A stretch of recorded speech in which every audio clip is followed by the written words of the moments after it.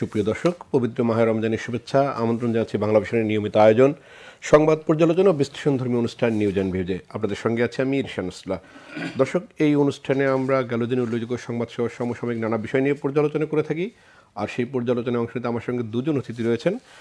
তারা হলেন শামসুজ্জামান দুদু, vice chairman BNP, এবং শহীদুদ্দিন মাহমুদ স্বপন, সাধারণ সম্পাদক জাতীয় সমাজতান্ত্রিক দল জেএসডি। আমরা আলোচনায় যাব, তবে আলোচনায় যাবার আগে আমরা একটু বার্তাকক্ষ থেকে গেল দিন উল্লেখযোগ্য সংবাদগুলো জেনে নেই। গেল দিনের উল্লেখযোগ্য সংবাদগুলো জানাতে বার্তাকক্ষ থেকে আমার সঙ্গে যুক্ত হচ্ছেন সহকর্মী মামুন আবদুল্লাহ। মামুন, আপনি কি আমাকে শুনতে পাচ্ছেন? জি রিশান, শুনতে পাচ্ছি আপনাকে। আমাকে একটু গেল দিনের উল্লেখযোগ্য সংবাদগুলো যদি জানান আপনি। রিশান, আমার কাছে যে শিরোনামগুলো আছে তার মধ্যে প্রধান যে শিরোনাম সেটি হচ্ছে, দেখা গেছে রমজানের চাঁদ, কাল থেকে রোজা, রমজানের পবিত্রতা রক্ষার আহ্বান ধর্ম উপদেষ্টার, বাজারে উত্তাপ, মিলছে না সয়াবিন তেল, লেবু শশার আকাশ ছোঁয়া দাম। এরপরে আছে, এবার নিত্যপণ্যের দাম কম এমনটি দাবি করেছেন প্রধান উপদেষ্টার প্রেস সেক্রেটারি, 3 মাস পেছাতে পারে নির্বাচন, এমনটি তিনি আবারও জানিয়েছেন। এই মাসের মধ্যে নির্বাচনের রোডম্যাপ না দিলে আন্দোলনের হুঁশিয়ারি বিএনপির, জামাত ও এনসিপি চায় আগে সংস্কার আর ফ্যাসিস্টের বিচার। এরপরে সর্বশেষ যেটি আছে সেটি হচ্ছে, কসবায় বিএসএফ এর গুলিতে বাংলাদেশের হত্যার কড়া প্রতিবাদ বিজিবির, সীমান্তে নজরদারি বাড়ানো হয়েছে এমনটি জানিয়েছেন স্বরাষ্ট্র উপদেষ্টা। তো এই ছিল আমার কাছে আজকের দিনের সবশেষ শিরোনামগুলো। মামুন আবদুল্লাহ, আপনাকে অসংখ্য ধন্যবাদ।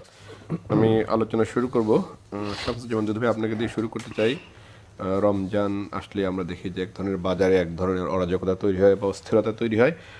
এবারও ঠিক তার ব্যতিক্রম না, আমরা দেখছি। যদি একটু অন্তর্বর্তীকালীন সরকার দায়িত্বে রয়েছে, তারা বলছেন তারা চেষ্টা করছেন, এবং প্রধান উপদেষ্টা প্রেস সেক্রেটারি দাবিও করেছেন যে নিত্যপণ্যের দাম নাগালের মধ্যেই আছে। কিন্তু আমরা যদি একটি বিষয় বলি, যে তেলের যে তেলস্মাদি সেটি কিন্তু বাজারে চলছে এবং সেটা দীর্ঘ সময় থেকেই চলছে। এই সময় আসলে সাধারণ মানুষের যে অবস্থান থেকে এই সরকার আসলে এই জায়গাটায় ব্যর্থতার পরিচয় দিয়েছে কিনা? জি, আপনাকে ধন্যবাদ। ব্যর্থতা মানে কি, আমার কাছে যেটা মনে হয়েছে যে শেখ হাসিনার ফ্যাসিবাদী স্বৈরাচারী যে সরকার, সেটার পতন ঘটেছে 6 মাস আগেই।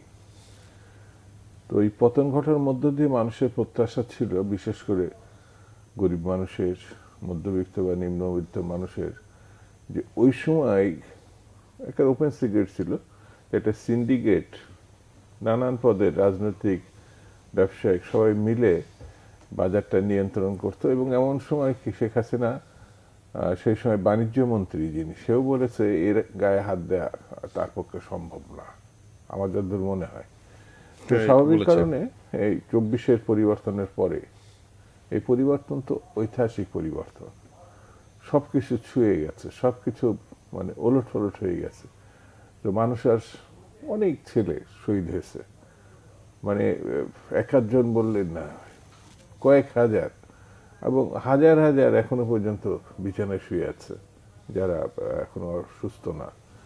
তো ছাত্র জনতার যে মানে সুমহান একটা কৃতিত্বপূর্ণ ঐতিহাসিক ঘটনা, সেই ঘটনার পর তো মানুষ প্রত্যাশা করতেই পারে যে জীবন ধারণের জন্য তারা আগের ব্যবস্থা থেকে ভালো অবস্থায় আসবে। আর আমাদের জাতিগতভাবে সংখ্যাগরিষ্ঠ মানুষের যে ধর্ম, এই যে রমজান মাস, মায়ের রমজান, আমি মায়ের রমজানে সবাইকে শুভেচ্ছা জানাই। তো এই মায়ের রমজানে মুসল্লিরা ছোট বড় বৃদ্ধ সকল শ্রেণীর মানে রোজাদার হিসাবে তারা চেষ্টা করে। সেই সময় যারা বিক্রেতা, ছোট বড় যে ব্যবসায়ী, তাদের কাছে প্রত্যাশা থাকে দেশবাসীর যে তারা তুলনামূলকভাবে এই সময়টা জিনিসের দাম বাড়াবে না। আমরা যদি মিডল ইস্টের দিকে তাকাই, আমরা দেখতে পাবো এই রমজানকে কেন্দ্র করে সেখানে জিনিসপত্রের দাম কমে যায়, মানে তারা একটা সাধারণ মানুষকে একটা ছাড় দেয়। আর এখানে কোনো কোনো ক্ষেত্রে অস্বাভাবিকভাবে বেড়ে যায়, মানে রমজান উপলক্ষে এমনি বেড়েছিল, তার থেকে একটু কমার একটা প্রবণতা দেখা যাচ্ছিল। কিন্তু হঠাৎ করে, যেমন আপনি এই যে আমাদের শিরোনামে যখন দেখলাম তেল, লেবু, তেল, বিশেষ করে ভাজা পোড়া খাওয়ার দিকে একটা প্রবণতা আমাদের আছে, সবারই আছে। আমি নিজেও পছন্দ করি ভাজা পোড়া, যদিও ডাক্তাররা খুব নিষেধ করে।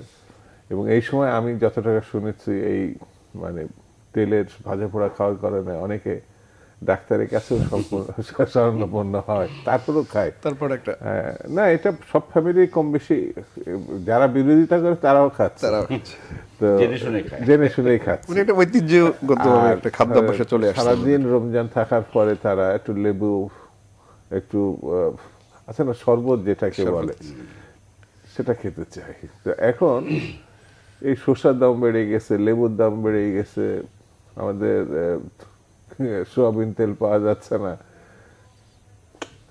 এই যে বাজেট ফেল করার মতো, তো কয়জন মানুষের হাতে অপরত্ব টাকা আছে, কারা পারে? তো তাদের পরিবারকে, যারা পরিবারকে চালায়, তাদের নাভিশ্বাস উঠে যায়।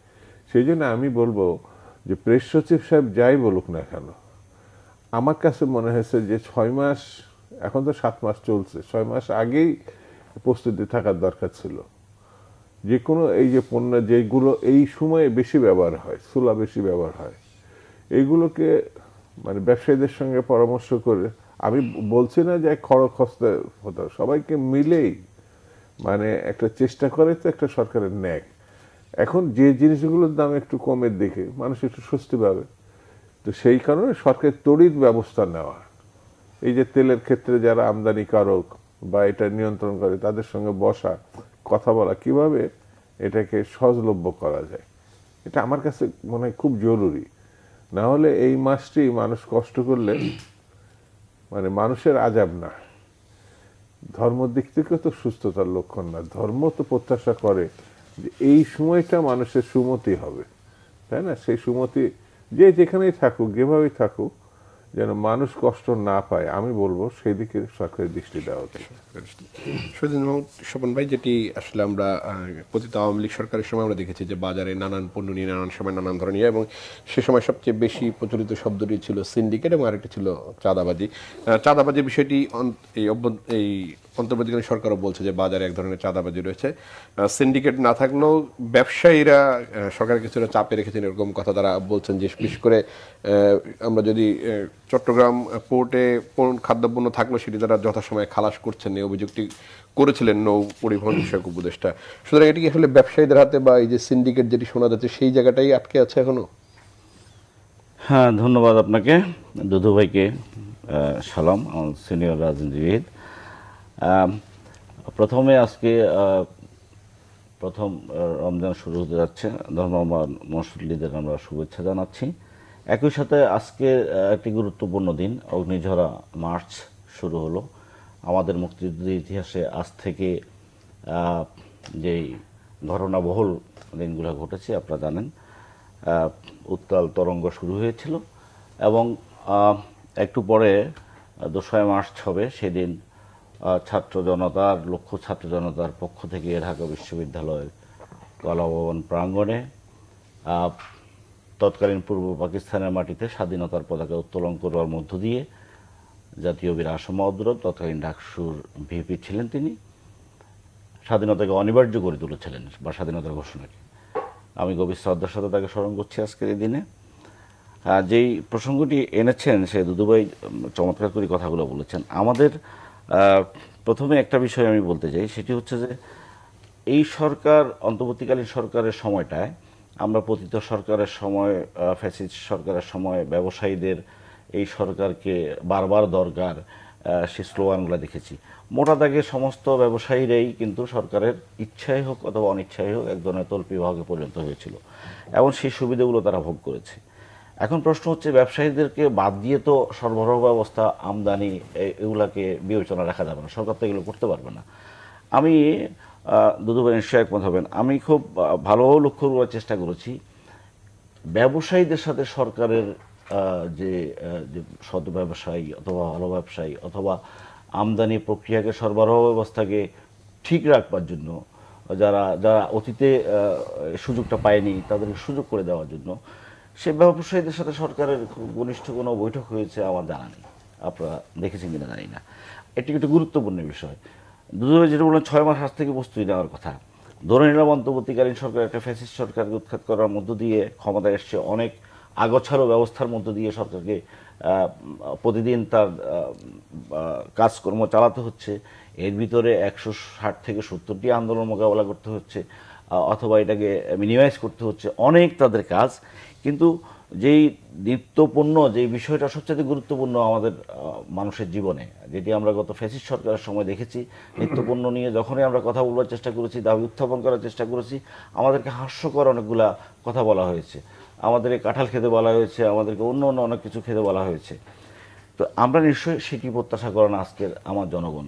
সেই ক্ষেত্রে সরবরাহ ব্যবস্থা নিশ্চিত করবার জন্য সরকারের উদ্যোগী হওয়া আরও বেশি দরকার ছিল। কারণ আমাদের যে বাজার অর্থনীতিতে সরবরাহ এবং চাহিদার এটি একটি সম্পর্ক থাকে, সেটি নিশ্চিত করার বিষয় ছিল। আমাদের খুচরা যে মজুতদারির যে একটা ব্যবস্থা এখনও আছে, আমাদের ভোক্তা অধিকারের প্রধান যিনি আক্তার আলিম, আমার ব্যক্তিগত বন্ধু বিশ্ববিদ্যালয়ের জীবনবন্ধু, তার সাথে কথা বলেছি। সে বলল যে সামনে বোতলজাত তেল আছে 4-5টা, কিন্তু তাদের পেছনে দেখা যাচ্ছে অনেক তেল জমা রেখে দিয়েছে তারা। এটি একটা ব্যবস্থা, সেটিকে মনিটরিং করার মধ্য দিয়ে সেটার উত্তরণ ঘটানোর কথা। আমাদের ক্রেতাদের অধৈর্য হওয়ার, আমি নিজেও, আমরা যে অধৈর্য হই, আমরা যে রোজার প্রস্তুতি দিয়ে সব জিনিস একসাথে কিনে ফেলার যে বিষয়টা আছে, সেই সুবিধাটা নেওয়ার তারা চেষ্টা করে। সিন্ডিকেটের কথা যেটা আমরা বলছি, দুধুভাই বলেছেন যে আমরা গত 15 বছর সিন্ডিকেটের কাছে কীভাবে জিম্মি, এবং এটা প্রকাশ্য দিবালোকের মতো, সকলে জানি, সকলে বুঝি, কিন্তু এদের বিরুদ্ধে কিচ্ছু করবার নাই। অতীত সরকার সেটাও বলেছে। কিন্তু আজকের গণ অভ্যুত্থানের পরে, ফ্যাসিস্ট পালিয়ে দেওয়ার পরে আমাদের সেই কথা শুনতে হবে, অথবা আমরা সেই সিন্ডিকেটের হাতে আমরা থাকবো, তাদের কর্তৃত্বে থাকবো, এটি তো মানা যেতে পারে না। আপনি দেখুন, 8 থেকে 10টি কোম্পানি আপনার এই ভোজ্য তেল আমদানি করে, এবং তাদের হাতে সব কিছু নিয়ন্ত্রণ, এবং তারা যেটি সিদ্ধান্ত নেবে সেটি হবে। একবার 1 সপ্তাহের জন্য 10 টাকা বাড়িয়ে দিলে, 1 মাসের মাথায় আরও 10 টাকা বাড়িয়ে দিলে কত হাজার কোটি টাকা এখান থেকে উঠে যায়। আপনি অতীতে দেখেন, সরবরাহ মজুদ থাকবার পরও শুধুমাত্র সিন্ডিকেটের কারসাজিতে আমার পেঁয়াজের দাম 100 টাকা, 50 টাকার পেঁয়াজ আমার 100 টাকা হয়ে যায়। তাহলে কত হাজার কোটি টাকা লুটপাট হয় এখানে। মানে এই ভোগ্যপণ্য নিয়ে যেই পরিমাণ লুটপাটের অতীত ব্যবস্থাপনা ছিল, সেটাতে বেরিয়ে আসবার জন্য আমাদের যে একটি সুশাসনের যে সরকার বা রাজনৈতিক ব্যবস্থাপনা তৈরি করবার দরকার, সেটা তো আমরা সেই পথে এখনো যেতে পারিনি।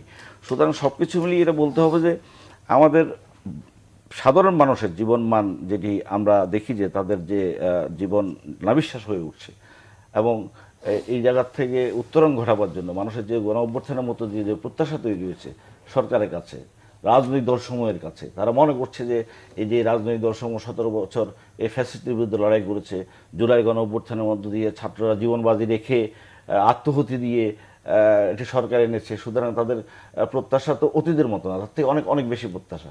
সেই প্রত্যাশা এবং প্রাপ্তির ভেতরে অনেক ঘাটতি তো আছেই।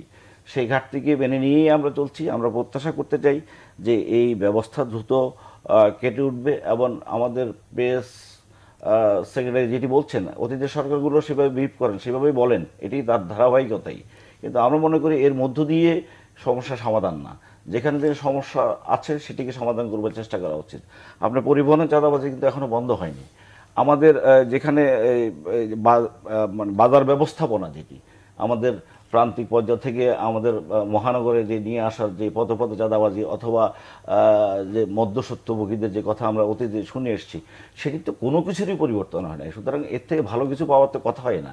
সেই পরিবর্তনগুলো আগামী দিনে কীভাবে হবে সেই নিয়ে ভাবনার কথা। আমাদের জনগণকে যদি আমরা শুধু তারা বলবে আর আমরা শুনবো, এর ভেতরে সীমাবদ্ধ না রাখি, তাদের জীবনমানকে উন্নত করবার জন্য আমাদের যে অনেক কিছু করবার আছে, আমাদের রাজনীতিবিদদের এবং সরকারকে সকলকে নতুন করে ভাববার সুযোগ এসছে। কারণ অতীতের এই ভাবনা জনগণকে অবহেলার দায় রেখে, জনগণের শুধু চিৎকার শোনার মধ্য দিয়ে, তাদের জন্য কিছু না করবার প্রবণতার মধ্য দিয়ে এই দেশের রাজনীতি করা কঠিন হবে এবং জটিল হবে। আমরা আশা করছি, এই সরকারের কাছে প্রত্যাশা করছি, এবং রাজনীতিবিদরাও এই প্রশ্নে আরও সোচ্চার হবেন, আরও তাদের বয়সটা আরও জোরালো হবে। সঞ্জয় ভাই, আমরা রাজনীতির মাঠে ফিরতে চাই। সেটি হচ্ছে গতকালকে শুক্রবার একটি নতুন রাজনৈতিক দল, যেটি আসলে অনুমানই ছিল ছাত্রদের এবং পরবর্তীতে নাগরিক কমিটি, তার একটি রাজনৈতিক দলের নাম ঘোষণা, জাতীয় নাগরিক পার্টি। সেই রাজনৈতিক দলকে কিভাবে বিশ্লেষণ করবেন? না, যে কোনো গোষ্ঠী ব্যক্তি দল গঠন করতে পারে, রাজনীতি করতে পারে, এটা সাংবিধানিকভাবে আমাদের নীতিগত ঐতিহ্যের ক্ষেত্রে আমরাও যখন ছাত্র ছিলাম, এমনকি স্কুলের শেষের দিকে যখন ছাত্র, যখন আইন বিরোধী আন্দোলন হচ্ছে, আমরা আমাদের নেতারা এসে বলতো যে তারা মিছিল করবে, আর আমরা শেষ লাইনে গিয়ে দাঁড়ানোটাকেও মনে করতাম একটা বড় কাজ করা। তো জানি না সেই সময় যারা সংগঠক ছিলেন, নেতা ছিলেন, ছাত্র নেতা ছিলেন, সেক্ষেত্রে আমাদের দিকে তাদের দৃষ্টি কতটুকু ছিল আমরা জানি না, কিন্তু আমাদের ভাবটা কিন্তু ছিল যে আমরা একটা বিশাল ঘটনার সঙ্গে নিজেদেরকে সম্পৃক্ত করেছি। এই যে গণঅভ্যুত্থানটা সংগঠিত হয়েছে, ছাত্রদের অপ্রতিরোধ তাদের সাহস, তেজ, এটা কিন্তু প্রথম না। 24-এ যে গণঅভ্যুত্থান, এটা আমাদের পাকিস্তান আমলের শেষের দিকে 69 গণঅভ্যুত্থান যেটা আমরা যাই, যে গণঅভ্যুত্থান আইয়ুব খানের পতন হয়েছিল, ঐতিহাসিক গণঅভ্যুত্থান, এটাকে পাকিস্তানের চেয়ারানার কাঠামোটাই সেদিন ভেঙে দিয়েছিল, শুধু পতন না, তার 1 বছর কি 2 বছরের মধ্যেই মুক্তিযুদ্ধের একটা ব্যাপার ছিল। তারপরে 90-এর গণঅভ্যুত্থান, যার সঙ্গে আমরা সরাসরি ছাত্র রাজনীতির সঙ্গে আমরা শুরু করেছিলাম এরশাদের বিরুদ্ধে, আমাদের পরবর্তী যেসব বন্ধুরা তারা এটা সফল করেছে 90 গণঅভ্যুত্থান, এবং সামরিক স্বৈরাচার এরশাদের যে পতন এবং বিচার, এবং বলা যায় যে এই পরিবর্তন বাংলাদেশের পূর্ণবার গণতন্ত্রের দিকে ফেরত আনছিল, যেটা 24-এ আবার সেই সম্ভাবনাটা দেখা দিয়েছে। আমরা একটা ব্রেক নিই, তারপর আবার আলোচনায় ফিরব। দর্শক, নিউজ অ্যান্ড ভিশন নিচ্ছে ছোট্ট একটি বিরতি, আমাদের সঙ্গে থাকুন, ফিরব কিছুক্ষণ পরেই।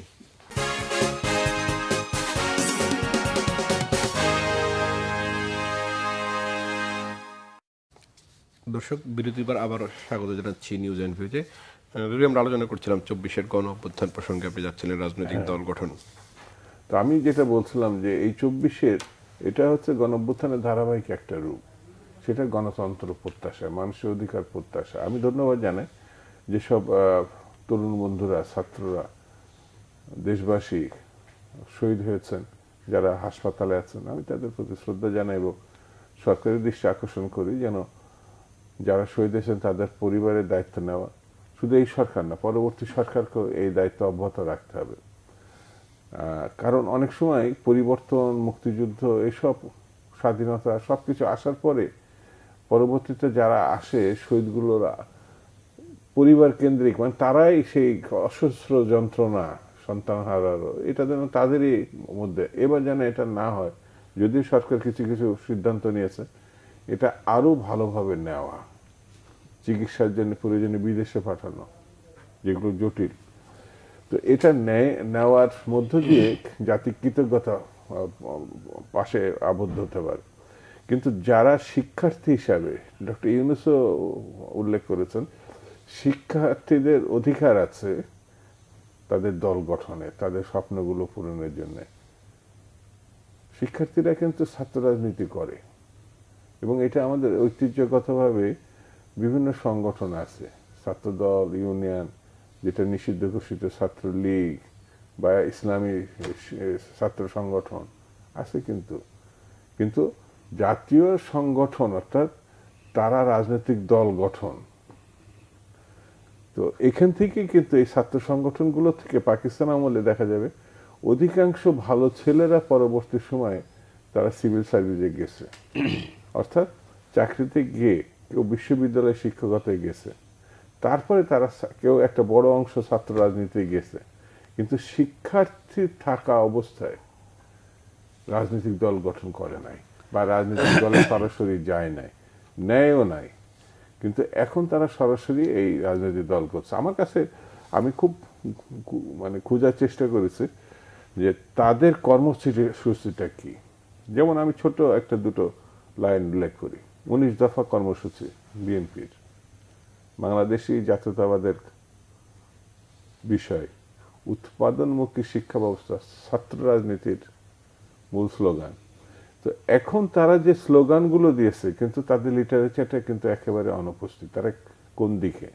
হ্যাঁ, তাদের একজন ছাত্র নেতা বলেছে তারা ইসলাম প্রধান করবে, তো এখানে জামাত ইসলাম আছে, বা চরমনায়ের পীরের দল আছে, বা হাফিজ হুজুরের মজলিস, খেলাফত মজলিস আছে, সেহেতু ইসলামী দল নেই। যদি তারা ধর্মকে প্রাধান্য দিয়ে, ইসলামকে প্রাধান্য দিয়ে একটা রাজনৈতিক সংগঠন করে, তাহলে ইসলামী ভাবাপন্ন আরেকটি সংগঠন বাড়বে। এটা আমি খারাপ কিছু বলছি না। কিন্তু তারা তো তাদের যে আহ্বায়ক নাহিদ ইসলাম, তিনি তো তার বক্তব্য বলছেন ভারত এবং পাকিস্তান এই দুই ধারার কোনো রাজনীতি দেশে চলবে না, সেটিও তো বলেছেন। ভারত এবং পাকিস্তান এটা দুটোই আমাদের পূর্বসূরি দেশ। ব্রিটিশ ভারতের সময় আমরা যেটা ইনকলাব জিন্দাবাদ বলছে, এটা ব্রিটিশ ভারতের রাজনীতির স্লোগান। তো ওরা ইতিমধ্যে ইনকলাব জিন্দাবাদ মানে 100 বছরের আগে স্লোগান তারা ধারণ করেছে। তো এখন যদি কেউ বলে এটা ব্রিটিশ আমলের স্লোগান, আপনারা দিচ্ছেন কেন? যা শাশ্বত সংগ্রাম, আন্দোলন, কর্মসূচি, সেটি ভারত, পাকিস্তান, শ্রীলঙ্কা, আমেরিকা এটা বলার কোনো সুযোগ নাই। যেমন কার্ল মার্কস জার্মানি বসে মার্ক্সবাদ লিখেছিলেন, যেটা দাস ক্যাপিটাল। তো সেটি সারা বিশ্বে নিপীড়িত মানুষকে, শ্রমিককে নাড়া দিছে। এটা বিদেশি ইজম কেউ যদি বলতে পারবে যে বিদেশি একজন লিখেছে। রবীন্দ্রনাথ ঠাকুরও কিন্তু একটা সময় আমার লোক ছিল, কিন্তু এখন যদি কেউ বলে উনি হচ্ছে ভারতীয়, তাহলে রবীন্দ্র সাহিত্য আমি পড়বো কেন? তাহলে কিন্তু বিপদ আছে। ও একেবারে আমার, ওর কবিতা দিয়ে আমার জাতীয় সঙ্গীত, সে আমার বিদেশি। কাজী নজরুল আমার এখানে এখন জন্ম, সে জাতীয় কবি। সেহেতু যা বলছি তা ইতিহাসের প্রেক্ষাপটে শাশ্বত কিনা, যদি না হয় তাহলে সেটি বললে কেউ যদি ভিন্নভাবে তার পড়াশোনা নিয়ে, তার যোগ্যতা নিয়ে, জানা বোঝা নিয়ে প্রশ্ন তোলে, এটা দুঃখজনক হবে। সেই জন্যে পাকিস্তান, ভারত বা শ্রীলঙ্কা যে পথে হেঁটেছে, সেখানে শিক্ষণীয় কিছু আছে কিনা। যেমন আমি মনে করি বাঙালি, বাংলাদেশিরা বীরের জাতি। কেন? এই সাবকন্টিনেন্টে বাঙালি ছাড়া কোনো জাতিগোষ্ঠী সশস্ত্র বিপ্লবের মধ্যে, সশস্ত্র এবং আক্ষরিক অর্থেই এক সাগরের রক্তের বিনিময়ে তারা স্বাধীনতা অর্জন করছে। ভারত করে নাই, পাকিস্তানও না। তো তাহলে পরে তাদের সঙ্গে আমাদের ভিন্নতা আছে। তো সেই কারণে ভারতের, বাংলাদেশের, এই কি পাকিস্তান বা শ্রীলঙ্কা বা ভুটান বা সেখানে যদি কিছু ভালো দৃষ্টান্ত থাকে, যেমন আমি এখানে স্পষ্ট করে বলি, আমাদের পূর্বপুরুষরা, আমার বাবাই যেমন ক্যালকাটা ইউনিভার্সিটির ছাত্র ছিল। যদি ভারত বিভক্ত না হতো, হয়তো আমি ক্যালকাটা ইউনিভার্সিটির হতাম, যেহেতু পদ্মার ওপরের মানুষ আমি। আমার এখনো পর্যন্ত আমাদের স্টেশনে যদি ট্রেনে উঠি 3.5 ঘন্টায় যাব। পাকিস্তান এবং বাংলাদেশ এখনো আমার ঢাকা থেকে আমার দেশের চুয়াডাঙ্গা যদি যেতে হয়, কমপক্ষে পদ্মা সেতু হওয়ার কারণে 5 ঘন্টা লাগে, আর না হলে এটা 12 ঘন্টা এই আরিচা পার হয়ে যেতে লাগতো। সেই জন্যে কলকাতা তো বাংলাদেশ সংস্কৃতির অন্যতম দিক। সুনীল গঙ্গোপাধ্যায় বলেছে যে বাংলা, বাঙালি যদি বেঁচে থাকে সেটা বাংলাদেশেই থাকবে, সেটা ওয়েস্ট বেঙ্গলে থাকবে না। সেই জন্য রাজনীতি স্ট্যান্ডবাজি করার আগে, বলার আগে আমার মনে হয় আরেকটু সতর্ক হওয়া ভালো। স্বপন ভাই, যদি একটু নতুন দলকে কিভাবে বিবেচনা করবেন রাজনৈতিক প্ল্যাটফর্মে? না, প্রথমত নতুনকে স্বাগত জানানোটা হচ্ছে পুরনোদের প্রধান দায়িত্ব আমি মনে করি। আমরা যারা দীর্ঘ সময় ধরে রাজনৈতিক অঙ্গনে কাজ করছি, আমি আমার ব্যক্তিগতভাবে মনে করি আমি স্বাগত জানাতে চাই। বৈষম্য বিরোধী ছাত্র আন্দোলন যেটি সংগঠিত হয়েছে, সেটি আমরা একটা, দুদুভাই বলেছে, একটা ঐতিহাসিক ঘটনা। আমাদের এখানে যে আন্দোলনগুলো হয়েছে তার সবগুলোই কোনো কোনো রাজনৈতিক এবং ছাত্র নেতৃত্বের সুনির্দিষ্ট একটা কর্মপন্থার মধ্যে দিয়ে সে আন্দোলনগুলো হয়েছে এবং সফল হয়েছে। এটি একটি ব্যতিক্রম ঘটনা যে রাজনৈতিক দলগুলো সরাসরি আন্দোলনের নেতৃত্ব দেয়নি। সে আন্দোলনের নেতৃত্ব দিয়েছে যারা, তারা কোনো একক নেতা অথবা কোনো ব্যক্তি ছিল না, অনেকগুলো মানুষের সমন্বয় সফল হয়েছে। এবং এই দেশের জনগণ, শ্রেণী পেশার মানুষ, জনসাধারণ যারা রাজনৈতিক দলের সদস্য নয়, দেশের মানুষ, দেশের মালিক, তারা রাজনৈতিক দলের আন্দোলনে যেভাবে সামিল হতে চায় না, সেই মানুষগুলো এই আন্দোলনে সামিল হয়েছে। আর হওয়ার কারণেই কিন্তু এই ফ্যাসিস্ট হাসিনা, যেটাকে আমরা ভয়াবহ ফ্যাসিবাদ বলি, এবং পৃথিবীতে ফ্যাসিবাদের যে রাষ্ট্রবিজ্ঞানের যে সংজ্ঞা আছে, এই সংজ্ঞার সাথে হাসিনার ফ্যাসিবাদের সঙ্গে মিলবে না। তো সেটিকে উৎখাত করা সম্ভব হয়েছে এবং ছাত্ররা যেভাবে, জনতা যেভাবে জীবন বাজি রেখেছে সেটা মানে শত বছরের ইতিহাসে একটা ব্যতিক্রমধর্মী ঘটনা।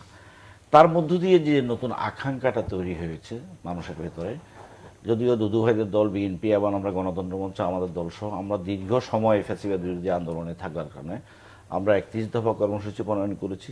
31 দফা কর্মসূচি কিন্তু এই বৈষম্যবিরোধী ছাত্র আন্দোলনের সাথে লিঙ্কড একটা বিষয়।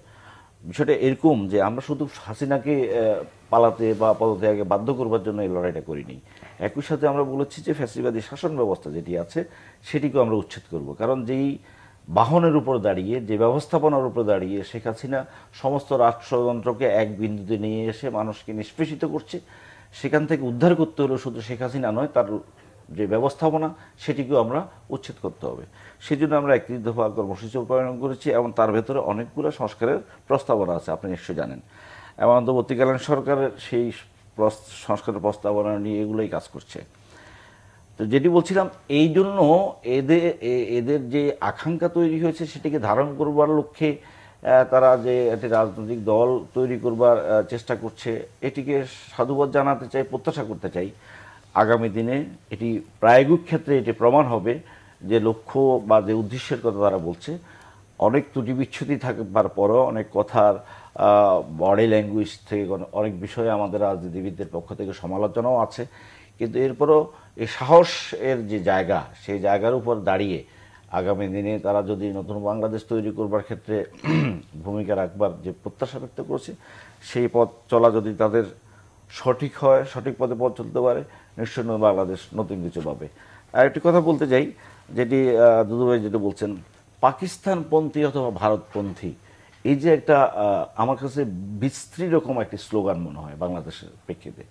আমরা রাজনীতি করি, এদেশের মাটি, মানুষ, আমাদের ইতিহাস, ঐতিহ্য, আমাদের সংগ্রামের কথা বলেছেন এবং এই উপমহাদেশের সবচেয়ে বেশি আন্দোলন সংগ্রাম করবার কথা আমাদের ইতিহাসটি। আমরা মানে সাঁওতাল বিদ্রোহ থেকে, তিতুমির আন্দোলন থেকে, ফরাজি আন্দোলন থেকে অনেক আন্দোলন সব এই অঞ্চলের মানুষ করেছে। সেই মানুষদের রাজনীতি তার মাটি এবং মানুষকে নিয়ে হবে। সেই ক্ষেত্রে তার পন্থী হওয়ার কাহিনীটা কি? একটি দল হিসেবে আপনি যদি জনগণের সমর্থিত না হন, জনগণের আস্থাভাজন না হন, যেটি ফ্যাসিস্ট শেখ হাসিনা ছিল, তার আস্থাভাজন না হওয়ার কারণে সে তার স্বাধীনতা, সার্বভৌমত্বের প্রশ্নে আপোষ করেছে, সে তার দেশের স্বার্থের প্রশ্নে আপোষ করেছে। এটি হলো তার আরেকটি দেশের প্রতি নিজের স্বার্থকে বিলিয়ে দেওয়া। কিন্তু আমি মনে করি না কোনো রাজনৈতিক দলের রাজনীতির ভিত্তি কোনো মুখী হওয়ার বিষয় আছে। আপনার আদর্শিক জায়গাটা তৈরি করবেন, আপনার দফা তৈরি করেন তো আপনার এখানকার জনগোষ্ঠীর চাহিদার আলোকে। সেখানে পাকিস্তানমুখিতা কোথায়, সেখানে ভারতমুখিতা কি, এটা অর্থ কি? বলে ভারতমুখী অথবা পাকিস্তানমুখী রাজনীতি হচ্ছে, আমি সেটি বুঝি না। আরেকটি কথা যেটা বলছেন সেটি হচ্ছে যে বাংলাদেশমুখী রাজনীতি, এটাই হওয়ার কথা। আমরা তো বাংলাদেশমুখী রাজনীতি করি, বাংলাদেশটাই আমাদের, সেখানকার রাজনীতি আমাকে রাজনীতি। ভারতের রাজনীতিবিদেরা কেউ বলে না যে তারা পাকিস্তানপন্থী অথবা কেউ ভারতপন্থী, আমরাই বলি শুধু। এটি আমাদের, এটি তো রাজনৈতিক দল থেকে উঠে আসছে, আমাদের একটি রাজনৈতিক দল আরেকটি রাজনৈতিক দলকে দোষারোপ করছে। আমাদের রাজনৈতিক দলগুলোর একটি ব্যর্থতা আমি মনে করি, যে একে অপরকে মুখপন্থী হিসাবে আখ্যায়িত করা। ভারত এত বড় একটা দেশ, তারা কিন্তু তাদের দেশের কোনো রাজনৈতিক দলকে অন্য দেশের পন্থী বানায় না, পৃথিবীর কোনো দেশে বানায় না সেটা। তো সেই জায়গাটার কথা বলছি। আর যেটি হচ্ছে যে দুবাই যেটা বললেন, আমি এদের প্রোগ্রামে গিয়েছিলাম, উপস্থিত ছিলাম।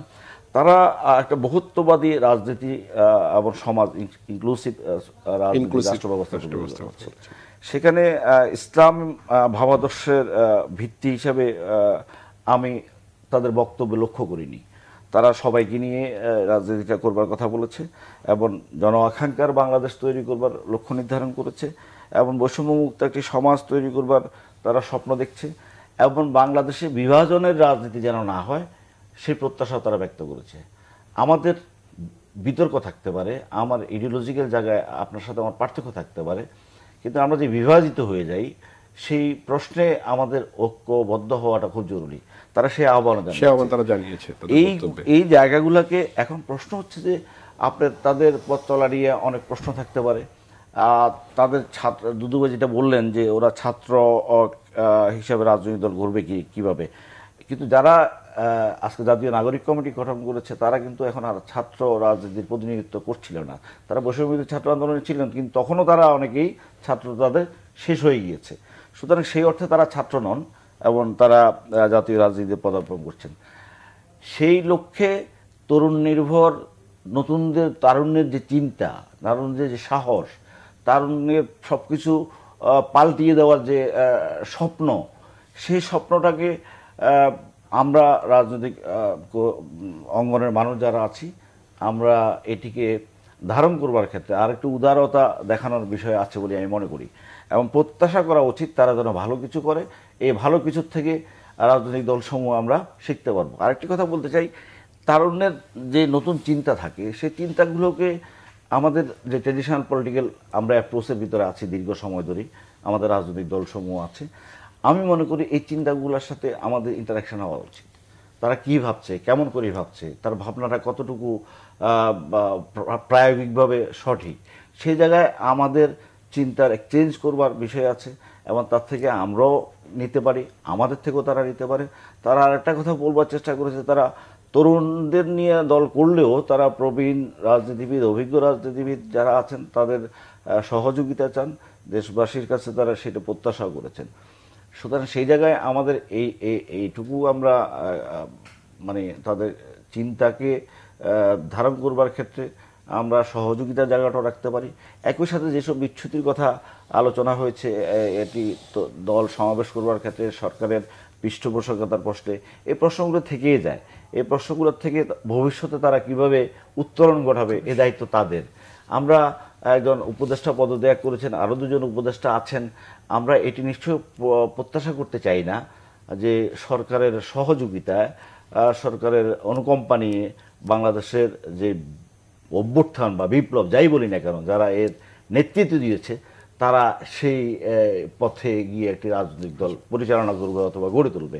এটি হলে তাদের আকাঙ্ক্ষা এবং বাস্তবের সাথে সাংঘর্ষিক হয়ে যায়। এই সাংঘর্ষিক জায়গা থেকে নিশ্চয় বেরিয়ে আসবে এবং একই সাথে অন্তর্বর্তীকালীন সরকার, আমি মনে করি না যে ডক্টর ইউনূসের যে সরকার, সেই সরকারের কোনো রাজনৈতিক লক্ষ্য আছে আগামী দিনে। তারা যেটি অতীতের আমরা কিংস পার্টি ঘটনার ক্ষেত্রে দেখেছি, যারা প্রধান ছিলেন তাদের একটা লক্ষ্য ছিল, কিন্তু ডক্টর ইউনূস বা তার অধিকাংশ উপদেষ্টা মণ্ডলীর সেই লক্ষ্য থাকবার কথা নয়।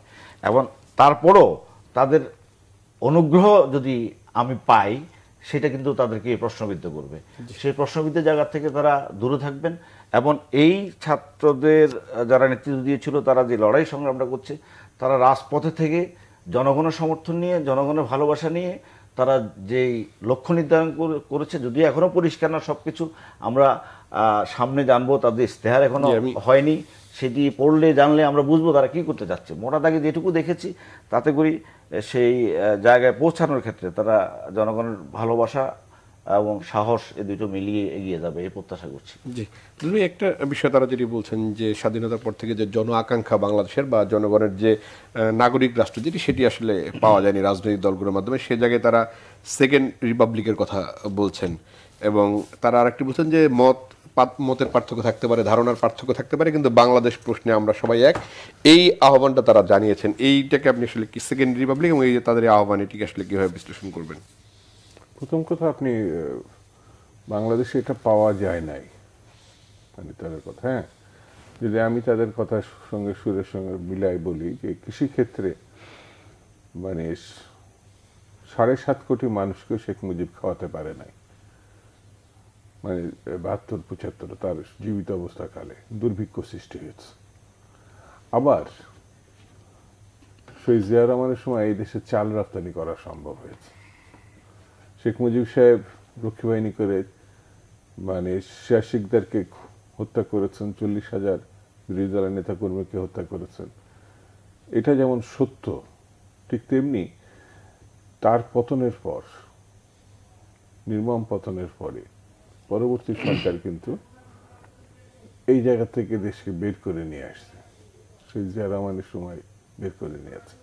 স্বাধীনতার পরপরই যেমন এখন নতুন একটি রাজনৈতিক দল হয়েছে, তখনও একটি দল হয়েছিল যেটা জাতীয় সমাজতান্ত্রিক দল, যেটা উনি এখন একটা অংশের প্রতিনিধিত্ব করেন, জাসদ সংক্ষেপে। সেটাও কিন্তু মানে তরুণ নির্ভরই ছিল বা মুক্তিযুদ্ধ নির্ভর ছিল, তাদের ভূমিকা ছিল গণতন্ত্রের সপক্ষে বা স্বৈরতান্ত্রিক ব্যবস্থার বিপক্ষে লড়াইয়ে। অনেক শহীদ হয়েছে। যেমন সকল সংবাদপত্র দলটা মলিত করে বন্ধ করে দেওয়া হয়েছে 4টি বাদে, শেখ মুজিব সাহেব এটা করছেন। পরে কিন্তু সকল সংবাদপত্র আবার পূর্ণ প্রকাশের ব্যবস্থা হয়েছে। কিছু হয় নাই এটা ঠিক না, কিছু হয়েছে কিছু হয় নাই। তো যেমন 7.5 কোটি মানুষকে খাওয়াতে পারে না, 14 কোটি মানুষকেও খাওয়ানো সম্ভব হয়েছে। অর্থাৎ পরিবর্তন নেতৃত্ব, যেটা আমার কাছে মনে হয়েছে বিএনপি গঠন, শহীদ জিয়া রহমান, বেগম জিয়ার লাগাতারভাবে 9 বছর সামরিক স্বৈরাচারের বিরুদ্ধে, এরশাদের সামরিক স্বৈরাচারের বিরুদ্ধে লড়াই, 90-এর গণঅভ্যুত্থান, এগুলো কিন্তু আমাদের দেশেই ঘটছে এবং একটি গণতান্ত্রিক আকাঙ্ক্ষা পূরণে মানে জাতীয় সংসদের নির্বাচনের মধ্য দিয়ে 91 সালে এই পরিবর্তনটা হয়েছে। প্রেসিডেন্সিয়াল ফর্ম যেমন শেখ মুজিব করেছিলেন, আবার বেগম জিয়ার সময় এটাকে সংসদীয় ব্যবস্থায় আবার ফিরিয়ে এনেছিল। মুক্তিযুদ্ধের সঙ্গে সংসদীয় ব্যবস্থার কথাই বলা হয়েছিল। যার যার অবস্থান থেকে শেষে তার মতো করে বলতেই পারে। তো সেকেন্ড রিপাবলিক বা সংবিধান পরিবর্তন, এগুলো যারাই মানে তাদের মতো করে গণপরিষদ গঠন, আমি তো নির্বাচনেই যেতে চাচ্ছি না, জাতীয় সংসদের নির্বাচনেই যেতে চাচ্ছি না, তাহলে আমি সংবিধানে হাত দেবো কি করে? আমি এটাকে সংবিধানের আওতায় পরিবর্তনকে স্বীকৃতি দিলাম। ঘটনা সংগঠনে 4 দিনের মাথায় বা 5 দিনের মাথায় সংবিধানের আওতায় এরা যাদেরকে সরকারে বসিয়েছেন বা আমরা যাদেরকে বসিয়েছি তারা কিন্তু সংবিধানে অধীনে শপথ নিয়েছেন। তখন কিন্তু বিপ্লবের প্রসঙ্গটা আসে নাই, রিপাবলিকের কথাটাও আসে নাই। ধারাবাহিকভাবে নানান ঘটনার প্রেক্ষিতে এখন আবার নতুন করে তারা বলতে পারেন, না বলার কিছু নেই। তারা নতুন ভাবনা, নতুন চিন্তা, নতুন চেতনা, কিন্তু এটা মানুষের কাছে যেতে হবে। যেন গণঅভ্যুত্থান সাধারণ মানুষ এটাকে স্বাগত জানাইছে, ঠিক বছরে বছরে তো গণঅভ্যুত্থান হবে না, তাহলে নির্বাচনের মধ্য দিয়ে একটা সমর্থন আদায় করতে হবে। নিরলস সমর্থন যদি তারা করতে পারে, তাহলে সংসদকে ব্যবহার করেই তারা সংবিধান পরিবর্তন, সংযোজন বা নতুন কিছু ঘটনাও তারা সংঘটিত করতে পারে। কিন্তু সেই জায়গাটায় না গিয়ে অন্য কোনো চোরাই পথ ব্যবহার করা, সেটা বিতর্ক সৃষ্টি করবে। যেমন নতুন দল গঠন করতে গিয়ে ডিসিদের দিয়ে বাস ভর্তির লোক এনে ঢাকায় সমাবেশ করা, এটা এখন কাগজে প্রকাশ হয়েছে।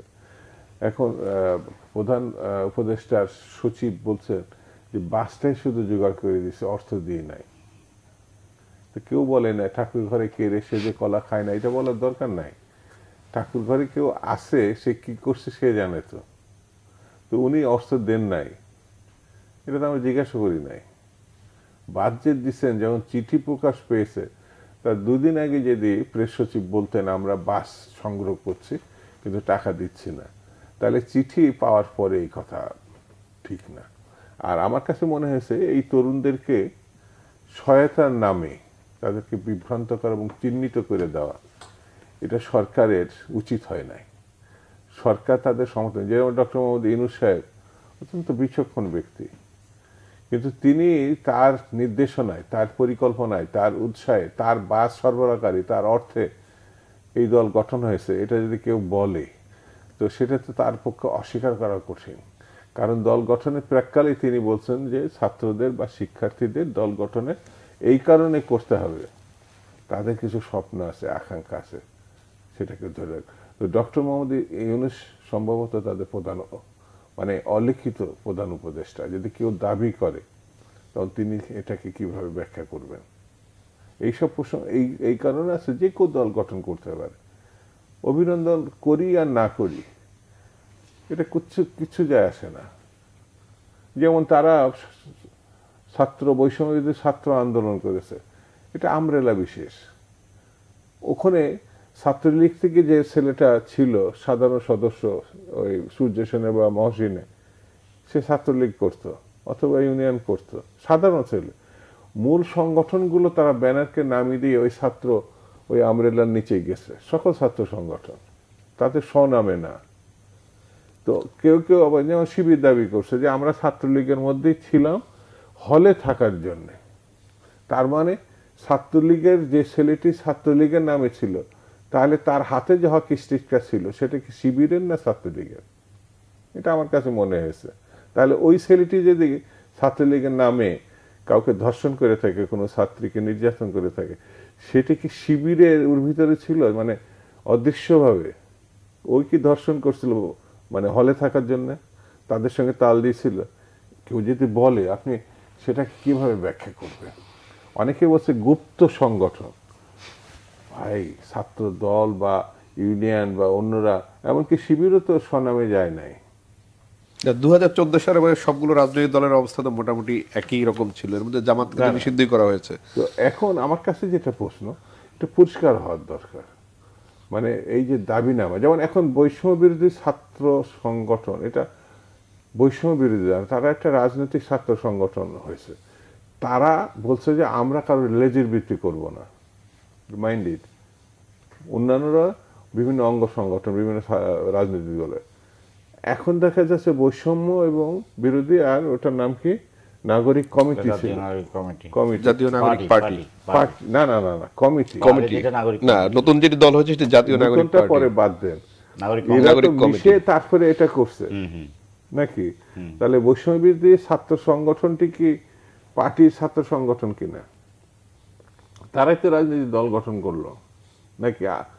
হাসনাত আব্দুল্লাহ বলে যে ছেলেটি আছে বৈষম্য বিরোধী সংগঠন, সেই তো আবার এখানে আসছে না, জয়েন্ট সেক্রেটারি সম্ভবত। তা আমার কাছে প্রশ্ন হচ্ছে যে ছাত্র সংগঠন যারা করে, মানে লেজুর বৃত্তি বলে যে এদের ট্যাগ করা হলো, তারা তো নিজেরাই ট্যাগ হয়ে গেল আমার কাছে মনে হয়েছে। তো যার যার পছন্দ অনুযায়ী ছাত্র রাজনীতিতে সংগঠন করতেই পারে, মার্ক্সবাদী করতে পারে, ইসলামী করতে পারে, মধ্যপন্থা করতে পারে, জাতীয়তাবাদী করতে পারে। সেই জায়গায় পরস্পরকে ঘায়েল করার একটা কৌশলী দৃষ্টিভঙ্গি, এটাও আমি খারাপ কিছু বলছি না, কিন্তু পারস্পরিক শ্রদ্ধাবোধটা রাখা, পারস্পরিক নৈতিকতাটা রাখা, অর্থাৎ স্বস্বক্ষেত্রে সমালোচনার ভাষাটা বন্ধুভাবাপন্ন হওয়ার দরকার। না হলে পরে বিভেদগুলো বাড়তে থাকে, এবং এই বাড়াটা একসময় ষড়যন্ত্রকারীরা লাভবান হবে। যারা এই ব্যবস্থাকে, মানে গণতান্ত্রিক ব্যবস্থা বিশ্বাসী না, অর্থাৎ ফ্যাসিজম বা স্বৈরতান্ত্রিকে বিশ্বাসী, তারা লাভবান হবে। সেই জন্যে যারা গণঅভ্যুত্থান পন্থী বা যারা সংগঠক, যারা এর সঙ্গে ছিলেন, তাদেরকে আরো সতর্ক হওয়া উচিত সব ক্ষেত্রে। আর নতুন সংগঠনকে আরো বেশি সতর্ক হতে হবে। জি, সবাই যদি একটু বলি যে রাজনৈতিক দলগুলো জন আকাঙ্ক্ষা পূরণ করতে না পারাই এই গণ অভ্যুত্থানের সঙ্গে যুক্ত তরুণরা রাজনৈতিক দল করতে আসলে উদ্বুদ্ধ হয়েছে কিনা বা এই পথে হেঁটেছে কিনা?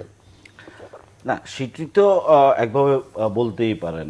আপনি যদি আমাদের স্বাধীনতার পরে 1972 সালে যখন আমাদের সংবিধান প্রণয়ন করা হয়, আপনি খেয়াল করবেন 72-এর মে অথবা সেপ্টেম্বর মাসে খসড়া সংবিধান উপস্থাপন করা হলো, এবং সেদিন যে সংবিধানটি উপস্থাপন করা হলো এবং সেটি যে একটা উপনিবেশিক রাষ্ট্র কাঠামো বাঙালি জাতির উপর চাপিয়ে দেওয়ার জন্য তৈরি করা হচ্ছে, সেখানে যে ক্ষমতার বিন্যাস করা হয়েছে সেদিন একটা স্বৈরতন্ত্র তৈরি করতে পারে, সেই বিষয়ে স্পষ্টত সেদিনকার ছাত্র নেতৃত্ব, আমি যদি বলি আসম আব্দুর রব সেদিন বিবৃতি দিয়ে বলেছিলেন, মাওলানা ভাসানী বলেছিলেন যে এটি গণআকাঙ্ক্ষার বাংলাদেশ তৈরি করতে পারবে না। সেই সাংবিধানিক ক্ষমতা কাঠামো নিয়ে আমাদের পথ চলা। আরও দুর্ভাগ্যজনক সত্য হলো যে আমাদের স্বাধীনতার ঘোষণাপত্রে আপনার সাম্য, মানবিক মর্যাদা, সামাজিক সুবিচারের যে দার্শনিক ভিত্তি ছিল, আমার 72-এর সংবিধানে কিন্তু সেটি নাই। সেটি মানে এটি এখানে দেওয়া হয়নি। অর্থাৎ যেই লক্ষ্যে আমার মুক্তিযুদ্ধ সংগঠিত হয়েছিল, মুক্তিযোদ্ধারা মুক্তিযুদ্ধ ঝাঁপিয়ে পড়েছিল যে বক্তব্য সামনে রেখে, সেটি আমার সংবিধানে নেই। আবার সংবিধানের যে ক্ষমতা কাঠামো তৈরি করা হয়েছে, এই তিনটি বাক্যের শব্দের সাথে তার কোনো সংশ্লিষ্টতা নাই। সুতরাং জন আকাঙ্ক্ষার বাংলাদেশ তৈরি হওয়ার ক্ষেত্রে আমরা শুরুতে হোঁচট খেয়েছি। এবং আমাদের দলের কথা দুদু ভাই যেটা বলেছেন, আমরা কিন্তু কোনো ব্যক্তির সাথে বৈরিত্ব বা কোনো দূরত্বের কারণে বা ব্যক্তি সম্পর্কের ভালো মন্দের কারণে কিন্তু আমাদের দলটি প্রতিষ্ঠা হয় নাই। আমরা বঙ্গবন্ধুকে 15 দফা দাবি উপস্থাপন করেছিলাম, আমরা বিপ্লবী জাতীয় সরকার গঠন করার কথা বলেছিলাম। এই সমস্ত কিছু একটি স্বাধীন দেশের জন্য ন্যায্য দাবি। এই ন্যায্য দাবিকে উপেক্ষা করে আপনার এই যে পাকিস্তানের সংবিধান প্রণয়ন করবার জন্য যারা দায়িত্ব নিয়েছিলেন, যারা ওত নিয়েছিলেন, তাদেরকে দিয়ে স্বাধীন বাংলাদেশের আপনি সংবিধান প্রণয়ন করলেন এবং সেই সংবিধানটা একটি কাট অ্যান্ড পেস্টের মতো করে প্রণয়ন করে দিলেন এবং সেখানে জনগণ মানুষের একদম শেষ আছে, 30 সেকেন্ডে শেষ করতে হবে। আচ্ছা, তো যে কথা বলছিলাম, সেই আকাঙ্ক্ষার জায়গাটা আমাদের ক্ষমতা কাঠামোর ভেতরে ভূত আছে। সেই ভূতটি এই 24-এর গণ অভ্যুত্থানে দৃশ্যমান হয়েছে। আপনার দেওয়ালের লিখনগুলো যদি পড়েন, রাজনৈতিক দলের নেতাকর্মীরা যে দেওয়াল লিখন লিখে, এই ছাত্ররা যারা ভিকারুন্নেসা স্কুলের ছাত্রী, তারা কিন্তু সেই ভাষায় লিখে নাই, তারা নতুন ভাষায় লিখেছে, তারা নতুন বাংলাদেশের স্বপ্নের কথা বলেছে, তারা নতুন চিন্তার কথা বলেছে, তারা বাংলাদেশটা আগের মতো চলতে পারে না সেভাবে কথা বলেছে, বৈষম্য মুক্ত বাংলাদেশের কথা বলেছে, নানা কথা বলেছে, যেটা আমরা রাজনীতিবিদরা রাজনৈতিক ভাষায় যে স্লোগান লেখে সেইভাবে নয়। তো সেই জায়গাটা যদি পূরণ হতো, জন আকাঙ্ক্ষা যদি আমরা পূরণ করতে পারতাম পুরোপুরি, দুদুভাই যথার্থই বলেছেন, কখনো কখনো যে আমরা গণতান্ত্রিক ধারায় ফিরতে পারিনি তা নয়, কিন্তু যে রক্তের বিনিময়, যে তো 1 সাগর রক্তের বিনিময় যে বাংলাদেশ আমরা প্রতিষ্ঠা করতে চেয়েছিলাম, সেটা কিন্তু আমরা করতে পারিনি। আর করতে পারিনি বলেই আছে 24-এর গণ অভ্যুত্থানের মধ্য দিয়ে সেই আকাঙ্ক্ষাটা সামনে চলে আসছে। সেই জন্য যেটা বলতে চাই এক লাইনে, সেটি হচ্ছে যে এই রাষ্ট্র সংস্কারের যে দাবিটা আজকে উত্থাপিত হয়েছে যাদের সামনে, এটিকে আমরা কেউ অস্বীকার করছি না। আমরা বিবেচনা করছি কখন করব, কিভাবে করব, কিন্তু এটিকে প্রাসঙ্গিক রেখেই বাংলাদেশের আগামী রাজনীতি চর্চা করাটা গুরুত্বপূর্ণ বিষয় আমরা মনে করছি। আমরা নির্বাচন করি, জাতীয় নির্বাচন করব, কি বলে স্থানীয় সরকার নির্বাচন করব, কোনটি করব সেই আরেক বিতর্ক, কিন্তু রাষ্ট্র সংস্কারের আলোচনাটা প্রাসঙ্গিক, সবার মধ্যে ঐক্যমত থাকা দরকার। আলোচনা অংশ নেওয়ার জন্য শহীদুদ্দিন মোহাম্মদ শোভন এবং শামসুজ্জামান দুদু, আপনাদের দুজনকে অসংখ্য ধন্যবাদ। দর্শক, নিউজ এন্ড ভিউজ থেকে আজকের মতো বিদায় নিচ্ছি। ভালো থাকবেন, সুস্থ থাকবেন, শুভরাত্রি।